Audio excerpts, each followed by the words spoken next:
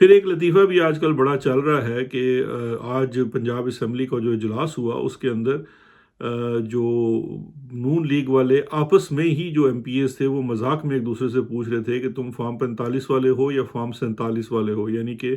تم اصل میں انتخاب جیت کے آئے ہو یا کمپنی بہادر چڑیا گھر نے آپ کو انتخاب جتایا ہے۔ اور ان سب سے بڑھ کر جو مایوسی نظر آتی ہے وہ خود نواز شریف صاحب کی اس پرسنالٹی میں، پرسونا میں نظر آتی ہے، جو کہ آل آف سڈن وہ منظر سے غائب ہو چکے ہیں۔ وہ اس وقت کوئی پبلکلی انگیجمنٹ نہیں کر رہے ہیں، پبلکلی ان کا نظر آنا نہیں ہے۔ ابھی کل وہ ضرور نظر آئے ہیں جاتی عمرہ میں، جو ان کی ذاتی ایک ایجوکیشنل انسٹیٹیوٹ ہے شریف ٹرسٹ، وہ اس میں کانوکیشن تھا جہاں پہ انہوں نے مہمان خصوصی تھے، خطاب کیا، پوری فیملی موجود تھی، لیکن نواز شریف صاحب نے ایک لفظ بھی سیاست کے اوپر بات نہیں کی ہے۔ تو یہ بھی اس کو تصور کیا جا سکتا ہے کہ یا تو یہ ان کو خاموش کرایا گیا ہے یا ان کی جانب سے کوئی مایوسی کا اظہار ہے، کیونکہ پہلے تو وہ بڑے، دیکھیے الیکشن سے 2 دن قبل پاکستان کے تمام اخباروں کے اندر وزیر اعظم نواز شریف کی باقاعدہ پورا صفحہ خرید کر ہیڈ لائن لگائی گئی تھی۔ تو وہ اب نہ صرف کہ وزیر اعظم کے بھی امیدوار نہیں ہیں، بلکہ اس وقت وہ سیاست پر بات کرنے سے بھی کترا رہے ہیں۔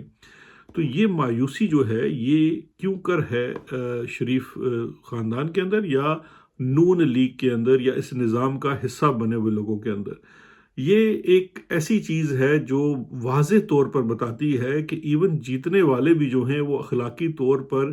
یہ ماننے کو تیار نہیں ہیں کہ وہ جیتے ہیں۔ شاید وہ جیتنا نہیں چاہتے تھے، شاید وہ یہ اس طرح سے جیت نہیں لینا چاہتے تھے، کیونکہ جو دراصل سیاسی شخص ہے اس کو پتہ ہے کہ اس کی یہ جیت اور اس کو سیٹ پہ بٹھایا جانا کتنا کھوکھلا ہے۔ سم ہاؤ یہ ایسے نظر آتا ہے کہ یہ سارے کے سارے گن پوائنٹ کے اوپر بٹھائے گئے ہیں، کیونکہ دیکھیے جب آصف علی زرداری آزاد ہوتا ہے تو وہ اپنے جیالے کو بٹھاتا ہے اسپیکر کی سیٹ کے اوپر، وہ اپنے جیالے کو بٹھاتا ہے چیئرمین سینٹ کی سیٹ کے اوپر۔ آج وہ کیوں کر ہوا ہے کہ وہ باپ پارٹی کے ایک بچے کو جو نگران وزیر اعظم تھا انوار الحق کاکڑ، جو سب جانتے ہیں کہ کہاں کی نرسری سے پلا بڑا ہے، این ڈی یو کی اس کی کیا وہ گروتھ ہے، اس کو آج پیپلز پارٹی میں شامل کر کر سینٹ چیئرمین بنایا جا رہا ہے۔ یعنی کہ پیپلز پارٹی کا کوٹا تو پورا کیا جا رہا ہے، لیکن چیئرمین سینٹ کے طور پہ بندہ جو ہے وہ کمپنی بہادر کا ہے، اور وہ اپنے ہی بندے کو اپنے دوسرے بندے سے ریپلیس کر رہے ہیں۔ سنجرانی کو وہ کاکڑ سے ریپلیس کر رہے ہیں۔ اس کا مطلب ہے کہ یہ جو اس وقت مایوسی نظر آ رہی ہے پیپلز پارٹی اور نون لیگ کے اندر، اس کے پیچھے اصل وجہ یہ ہے کہ وہ یہ سب جانتے ہیں کہ نہ ہی ان کے پاس اقتدار ہے، نہ ہی اختیار ہے، اصل کمپنی کا حکم چلے گا اور اب بھی چلے گا، اور دوسری بات یہ ہے کہ ان تمام چیزوں کے باوجود کتنا عرصہ چلے گا کوئی نہیں جانتا۔ اب دوسری طرف آ جاتے ہیں کہ جی پی ٹی آئی کو اس وقت کیا کرنے کی ضرورت ہے، یا پی ٹی آئی میں کیا سچویشن ہے۔ تو پی ٹی آئی میں اس وقت جو سچویشن ہے، ان آل آنیسٹی، پاکستان تحریک انصاف کو میں سمجھتا ہوں اس کے 2 حصے ہیں۔ ایک حصہ ہے جو اس کا لیڈر ہے اور وہ واحد ایک ہی شخص ہے، اور اس کا نام ہے عمران خان، اور دوسرا ہے جو پاکستان تحریک انصاف کے اندر لوگ آتے ہیں اور جاتے ہیں۔ کچھ ایسے لوگ ہیں جن کو بھیج دیا جاتا ہے، اور کچھ ایسے لوگ ہیں جن کو نکال دیا جاتا ہے، یا وہ جو دوسرے لوگ ہیں وہ چھوڑ کے چلے جاتے ہیں۔ تو چھوڑ کے چلے جانے والوں کو تو آج تک کوئی اچھائی نصیب نہیں ہوئی، لیکن جو لوگ جو پی ٹی آئی کے اندر آتے ہیں اور جاتے ہیں ان کے ساتھ بھی ان کے بھی کوئی فیوچر کو اتنا برائٹ نظر نہیں آتا ہے۔ ان لوگوں کے اندر اکثر یہ رہا ہے کہ وہاں پہ پرسنالٹی کلیشز بھی ہوتی ہیں، تمام جماعتوں کے اندر ہوتے ہیں،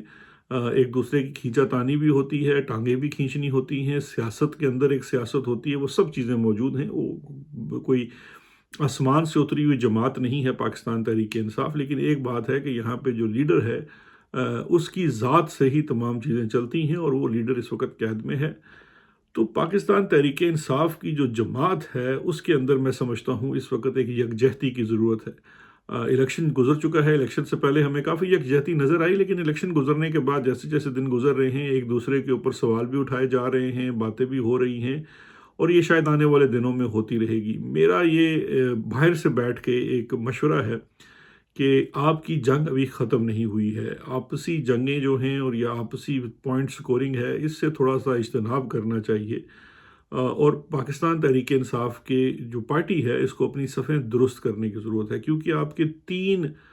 سطحوں کے اوپر بڑی اہم جو ہے حکمت عملی کی ضرورت ہے اور جنگ کی ضرورت ہے۔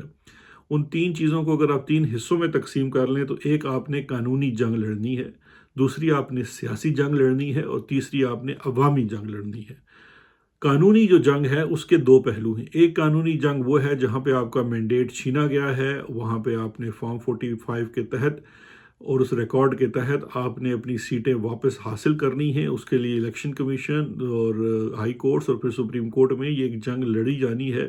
اور اس کو انتہائی پروفیشنل انداز میں لڑا جانا چاہیے۔ اور اس کے لیے میں سمجھتا ہوں پاکستان تحریک انصاف کے اندر اس وقت قانونی ٹیم میں اگر دیکھا جائے تو سلمان اکرم راجہ سے بہتر چوائس کوئی نہیں ہے۔ ان کو اس تمام ایفرٹ کو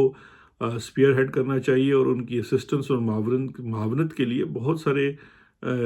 وکلاء موجود ہیں پاکستان تحریک انصاف کے اندر، لیکن اس میں اگر میں کچھ نام لوں تو ایون بیرسٹر گوہر جو ہیں ان کو بھی ان کی جو سلمان اکرم راجہ صاحب ہیں ان کی لیڈ کو فالو کرنا چاہیے، because and of the day Salman Akram Raja is more senior and more experienced. پھر دوسری لڑائی ہے عمران خان کے کیسز کی۔ عمران خان کے کیسز کی جو لڑائی ہے، جو کرمنل کیسز ہیں، وہاں پہ بڑی اسٹریٹجی کی بھی ضرورت ہوتی ہے۔ اس میں چاہے وہ شیر افضل مروت ہوں، بابر روان صاحب ہوں، لطیف کھوسہ صاحب ہوں، ابو ذر نیازی ہیں، اور بہت سارے ان کی وکلاء کی بڑی لمبی ٹیم ہے۔ ان تمام کو یکجا ہو کر اس وقت دوبارہ سے اس چیز کے اوپر فوکس کرنے کی ضرورت ہے، کیونکہ اسلام آباد ہائی کورٹ میں ان کیسز کے اوپر ایجیٹیٹ کرنا، ان کو آگے کسی طرف لے کے جانا وہ بڑا ضروری ہے۔ تو اس وقت جو آپ کی قانونی جنگ ہے ان بنیادوں کے اوپر بڑے ہی سوچے سمجھے اور تیزی کے ساتھ کرنے کی ضرورت ہے۔ پھر آپ آ جاتے ہیں سیاسی جنگ کے اوپر، جو پاکستان تحریک انصاف کو اس وقت سیاسی جنگ لڑنی ہے، وہ پاکستان کی تمام اسمبلیز کے اندر لڑنی ہے، چاہے وہ نیشنل اسمبلی ہے، وہ سینٹ ہے، اس کے علاوہ پنجاب اسمبلی ہے، کے پی ہے، آپ کے پاس بلوچستان ہے، سندھ ہے، ہر جگہ پاکستان تحریک انصاف کی جو شمولیت ہے وہ ہے، اور اس شمولیت کو بیسیکلی انشور کرنا ہے آپ نے اپنا چھینا ہوا مینڈیٹ واپس حاصل کرنے کے لیے۔ اور اس وقت جو اسٹیبلشمنٹ نے ایک نظام بنانے کی کوشش کی ہے، اس کے اوپر سب سے بڑی اکاؤنٹیبلٹی بھی پاکستان تحریک انصاف نے کرنی ہے۔ آف کورس ایک پازیٹیو اکاؤنٹیبلٹی کرنی ہے۔ ہمارا مقصد نظام کو ڈسرپٹ نہیں کرنا ہے، لیکن نظام سے اپنا حق حاصل کرنا ہے۔ یہی آپ کی قانونی اور سیاسی جنگ کا جو ہے وہ سب سے بڑا جو لائحہ عمل ہونا چاہیے۔ اور آخر میں لیکن سب سے امپورٹنٹ ہے عوامی جنگ، کیونکہ یہ دونوں پہلو جو ہیں، چاہے وہ سیاسی جنگ ہے اور قانونی جنگ ہے۔ سیاسی جنگ میں تمام جو اسمبلیز ہیں وہاں پہ اسپیکرز، وہ سینٹ میں چیئرمین جو ہے وہ بہت حاوی ہوتا ہے اور وہ آپ کو بڑا کرٹیل کر سکتا ہے۔ اسی طرح سے قانون میں، عدالتوں میں جو ججز ہیں وہ بھی آپ کے خلاف ہیں، یا اس وقت وہ خود محبوس ہیں، قید میں ہیں اسٹیبلشمنٹ کی، وہ بھی آپ کو بڑا محدود کر سکتے ہیں۔ تو لہٰذا ان دو فورمز کے اوپر آپ جہاں سے اصل میں اسٹرینتھ گین کر سکتے ہیں، جہاں پہ باوجود آپ کی مخالفت پہ اسپیکر بھی آپ کو ٹائم دینے پہ اور سننے پہ مجبور ہوگا، اور جج بھی آپ کو سننے پہ مجبور ہوگا، وہ ہے آپ کی اسٹریٹ پاور، وہ ہے آپ کی عوامی جنگ۔ جب تک اسٹریٹ کے اوپر آپ ایجیٹیشن نہیں کریں گے، نہیں باہر نکلیں گے، آپ اپنے جو جس طرح سے اس وقت جے یو آئی کے لوگ کر رہے ہیں، جماعت اسلامی کے لوگ کر رہے ہیں، پاکستان تحریک انصاف کو اس پیمانے کی ایجیٹیشن کرنے کی ضرورت ہے اور کنٹینیوسلی کرنے کی ضرورت ہے، کیونکہ اس ایجیٹیشن کے بغیر ہوگا یہ کہ یہ نظام بنا لیں گے اور آپ کو اسی چیز میں دبائے رکھیں گے کہ آپ کہیں گے واہ واہ جی فلانے نے بڑی زبردست تقریر کی ہے، اوہ ہو فلانے نے بڑی زبردست تقریر کی ہے۔ تو میں آپ سب کو ایک چھوٹی سی بات یاد کرا دیتا ہوں کہ ہمارے زمانے میں جب یہ سب بہت سارے لوگ پی ٹی آئی کے اندر شامل تھے،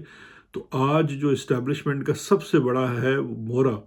وہ فیصل واڈا ہے۔ اور فیصل واڈا آپ کو یاد ہوگا کہ اپنے زمانے میں پاکستان تحریک انصاف کے اندر سب سے زیادہ جناب وہ زوراور آواز تھی، اور وہ اوئے توئے کرنا اور گلم گتھی ہو جانا اور کیا کیا ڈائلاگ بولنا اور کیا کیا تقریریں کرنا،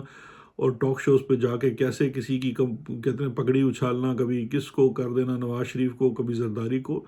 آج وہ اسٹیبلشمنٹ کی آنکھوں کا تارا ہے، اور نہ صرف تارا ہے بلکہ پاکستان تحریک انصاف کو ختم کرنے کی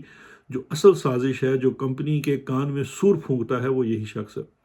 تو یہ یاد رکھیے، آپ ان باتوں میں نہ آئیے کس نے کیا تقریر کر دی یا کیا نہیں کی، اوور آل پرفارمنس کے اوپر کوشش کریں، اس کی حکمت عملی کے اوپر کام کریں، تو شاید ہی یہ پھر کوئی آپ یہ جنگ لڑ سکیں گے، کیونکہ آپ کی جنگ جو ہے یا آپ کی جو سٹرگل ہے وہ بہت منظم گروہ کے ساتھ ہے۔ تو اگر پاکستان تحریک انصاف اس طرح سے اپنے آپ کو منظم کر پاتی ہے بطور پارٹی کے، اپنی صفیں درست کر پاتی ہے، تو پھر ہی وہ اس جنگ کو جیت سکتے ہیں۔ تو آج چونکہ میں نے سوچا کہ خبریں اب کیا آپ کو دیں گے جی، بھی مریم کیا کہتے ہیں 2 دنوں بعد چیف منسٹر بن جائے گی، ملک احمد جو ہیں وہ جناب اسپیکر بن چکے ہیں، آل دو سلطان صاحب جو ہیں ان کے سامنے یہ ایشو ریز کیا گیا تھا کہ اسمبلی بھی پوری نہیں ہے،